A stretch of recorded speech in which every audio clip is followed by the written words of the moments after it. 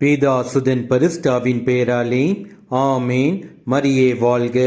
இன்றைய வார்த்தை, கிறிஸ்துவின் பொருட்டு பிறர் உங்கள் மீது வசை கூறும்போது நீங்கள் பேறு பெற்றவர்கள், ஏனெனில் கடவுளின் மாட்சிமிக்க தூய ஆவி உங்கள் மேல் தங்கும். Happy are you if you are insulted because you are Christ follower. This means that the glorious Spirit, the Spirit of God, is resting on you.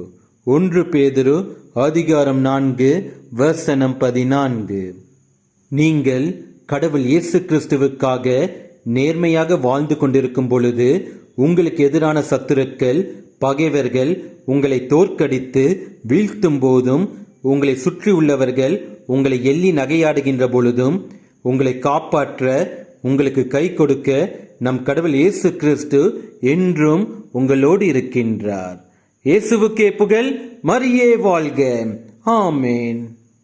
நான் நேர்மையாய் நடக்கும் போது தெய்வத்தின் உள்ளம் மகிழும்.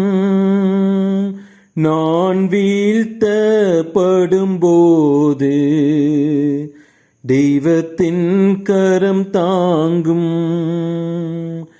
நான் நேர்மையாய் நடக்கும் போது தெய்வத்தின் உள்ளம் மகிழும். நான் வீழ்த்தப்படும் போது தெய்வத்தின் கரம் தாங்கும். எந்தன் முகம் வாடினால் தெய்வத்தின் முகம் வாடும்.